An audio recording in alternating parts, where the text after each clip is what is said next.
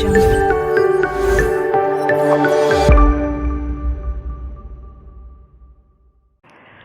Hello students, welcome back to our channel NHS study point. आज का हमारा topic है एंटरप्रेन्योरशिप मिथ्स।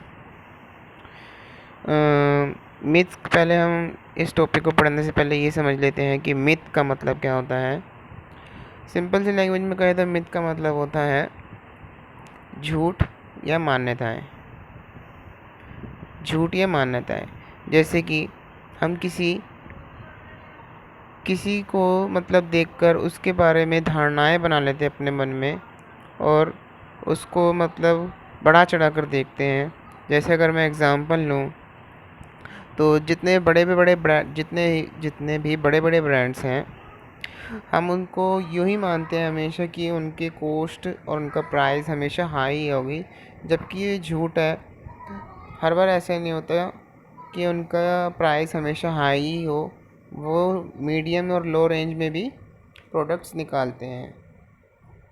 तो चलिए आज इसको टॉपिक को कवर करते हैं कि क्या क्या एंटरप्रेन्योरशिप के मिथ होते हैं। तो पहला है entrepreneurs are born that way. इस पहले मिथ का कहने का मतलब ये है कि लोग सोचते हैं कि एंटरप्रेन्योर सिर्फ जन्म से ही एंटरप्रेन्योर पैदा होता है, मतलब कि कोई भी बाद में एंटरप्रेन्योर नहीं बन सकता। उसकी वो एंटरप्रेन्योर जो होता है वो जन्म से ही अपने अंदर एंटरप्रेन्योर की खूबी लेकर पैदा होता है, जबकि ये गलत है। कोई भी एंटरप्रेन्योर जन्म से ही अगर वो जन्म से ही एंटरप्रेन्योर है तो इसका मतलब ये नहीं है कि कोई और भी एंटरप्रेन्योर नहीं बन सकता। वो अपनी काबिलियत से, एजुकेशन से और स्किल्स से भी फ्यूचर में एंटरप्रेन्योर बन सकता है। ज़रूरी नहीं है कि अगर कोई जो जो ज़रूरी नहीं है कि एंटरप्रेन्योर हमेशा बॉर्न होते हैं, वो बनाए भी जा सकते हैं। तो पहला मिथ ये था हमारा। जैसे इसमें लिखा है, many people assume that entrepreneurs are born that way and that only people who contain natural talent can be entrepreneur। कहने का मतलब यही है कि जो मतलब जिसके पास नेचुरल टैलेंट होता है एंटरप्रेन्योर का, सिर्फ वही एंटरप्रेन्योर बन सकता है। ऐसा नहीं है, जबकि स्किल्स से, एजुकेशन से, बेटर पढ़ाई लिखाई से एक एंटरप्रेन्योर बन सकता है। दूसरा इसका मिथ है, the only requirement is a good idea. कहने का मतलब ये है कि लोगों का मानना ये है कि सिर्फ एक अच्छे आइडिया की ज़रूरत से ही कोई एंटरप्रेन्योर बन सकता है, जबकि ये गलत है। सिर्फ एक अच्छा आइडिया ही वर्क नहीं करता, बहुत सारे फैक्टर्स वर्क करते हैं एक एंटरप्रेन्योर को बनाने के लिए, एंटरप्रेन्योरशिप करने के लिए। सिर्फ एक गुड आइडिया ही सफिशिएंट नहीं होता है एंटरप्रेन्योरशिप करने के लिए। उसमें इनोवेशन भी होना चाहिए, उसके एंटरप्रेन्योर्स के अंदर क्रिएटिविटी भी होनी चाहिए, उसके अंदर स्किल्स भी होने चाहिए, उसके पास फाइनेंशियल सपोर्ट भी होना चाहिए। तो बहुत सारे फैक्टर्स हैं जिसके बाद ही वो एंटरप्रेन्योर बन सकता है, एंटरप्रेन्योरशिप कर सकता है।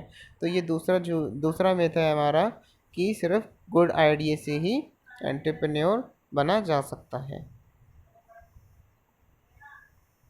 तीसरा है हमारे पास, starting a new business guarantees freedom. The appeal of breaking out the traditional 40-hour work week draws many to the prospect of starting their own business.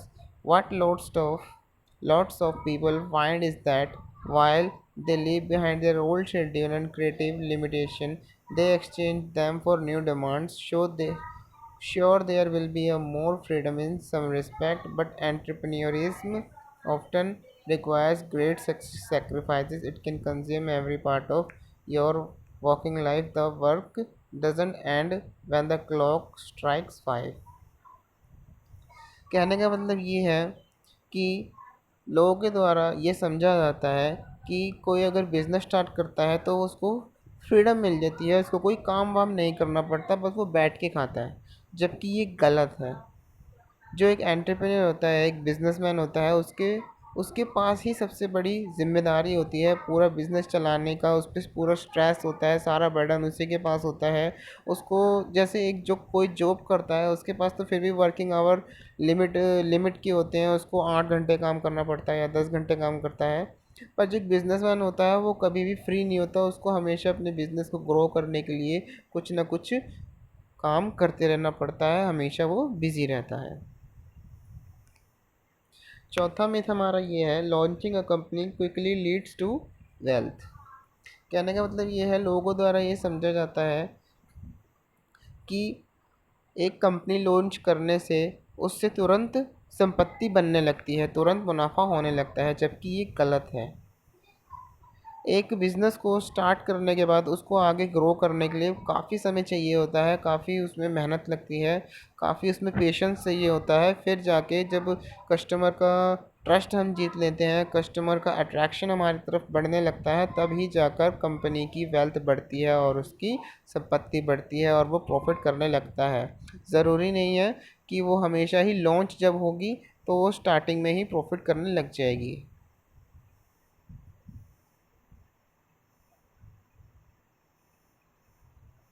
हमारा पांचवा मिथ है, ओनली मनी मोटिवेट्स एम्प्लॉयज़। कहने का मतलब ये है, entrepreneurs के द्वारा ये सोचा जाता है, लोगों के द्वारा ये सोचा जाता है कि सिर्फ पैसे से ही एम्प्लॉयज़ को मोटिवेट किया जा सकता है, जबकि ये गलत है।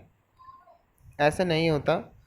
जो हमारे एम्प्लॉयज़ होते हैं उनको सिर्फ पैसों से ही मोटिवेट नहीं किया जा सकता, उनको गुड लीडरशिप के द्वारा अच्छे अच्छे फैक्टर्स के द्वारा उनको मोटिवेट भी किया जा सकता है। ज़रूरी नहीं है कि अगर उसको हम उनको एम्प्लॉयज़ को हम फाइनेंशियल रिवॉर्ड देंगे, मनी देंगे तभी वो मोटिवेट होंगे, नहीं, ऐसा नहीं है। एक अच्छा लीडर जो होता है वो भी एक गुड मोटिवेटर का काम करता है। एक अच्छा वर्क एनवायरनमेंट जो होता है वो भी एक गुड मोटिवेटर का काम करता है। तो ये हमारा पांचवा मिथ था कि only money motivates employees.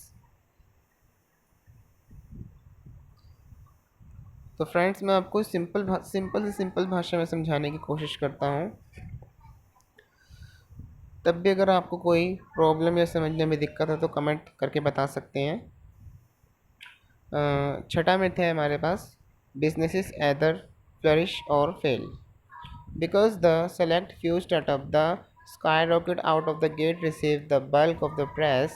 It's easy to adopt an all or nothing outlook on entrepreneurs. The overall high failure rate for a new business may seem to confirm the idea. However, entrepreneur needs to understand that lots of patience and strategy involve getting off the ground and keeping it afloat. Some companies that initially falter or have their lobsters growth rate at go on the achieve healthy growth।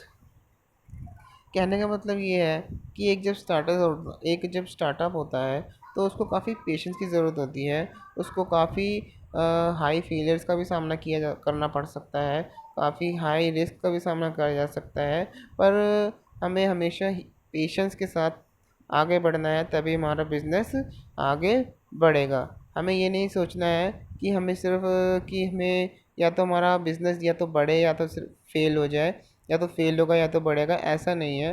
हमें अपनी business को एक एक neutral level पर भी लेके जाना पड़ता है। कहने का मतलब ये है, जहाँ पे ना लॉस होता है ना प्रॉफिट होता है, कभी कभार ऐसा होता है कि एक एंटरप्रेन्योर सिर्फ बिजनेस को जिंदा रखने के लिए भी काम करता है। All responsibility fall on the entrepreneurs, ये हमारा सातवां मिथ है। कहने का मतलब ये है कि काफ़ी ये सोचते हैं कि सारी रिस्पॉन्सिबिलिटी सिर्फ एंटरप्रेन्योर के पास ही होती है, सारा बर्डन सिर्फ एंटरप्रेन्योर ही उठाता है, जबकि ये गलत है। सारा बर्डन, सारी रिस्पॉन्सिबिलिटी सिर्फ एंटरप्रेन्योर के पास ही नहीं होती है। सारी ये ठीक है कि मतलब कि एक एंटरप्रेन्योर के पास काफ़ी रिस्पॉन्सिबिलिटी होती है, पर ऐसा नहीं होता कि सारा काम एंटरप्रेन्योर ही करता है।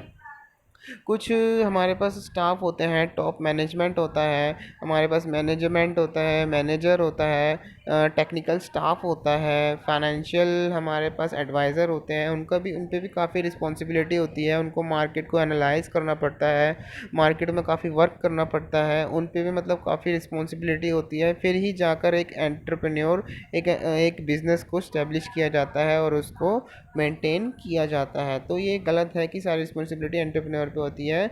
हमारे एम्प्लॉयज़ भी इसमें बहुत मेन लीड प्ले करते हैं।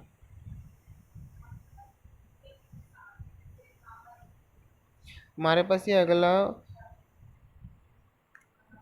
मिथ है कि entrepreneurs are mainly motivated to get rich. नहीं, ये हमारा लोग सोचते हैं कि एंटरप्रेन्योर सिर्फ अमीर बनने के लिए ही मोटिवेटेड होते हैं। नहीं, कई एंटरप्रेन्योर ऐसे होते हैं जो सिर्फ अपने पैशन को फॉलो करना चाहते हैं, सिर्फ अपने सपने को आगे बढ़ाना चाहते हैं, सिर्फ अपना जो उन्होंने गोल देखा है, जो अपना ड्रीम देखा है, उसको पूरा करने के लिए ही बिजनेस करते हैं। कई एंटरप्रेन्योर का ये मोटिवेट होता है। हमेशा ऐसा नहीं होता कि सिर्फ एंटरप्रेन्योर पैसे कमाने के लिए या रिच बनने के लिए ही मोटिवेट होता है। नहीं, वो अपने पैशन को कवर करने के लिए, अपनी क्रिएटिविटी को शो करने के लिए भी बिजनेस करता है, एंटरप्रेन्योर करता है। तो आज के लिए बस इतना ही। मिलते हैं नेक्स्ट वीडियो में। लाइक सब्सक्राइब करना ना भूलिए। Good bye.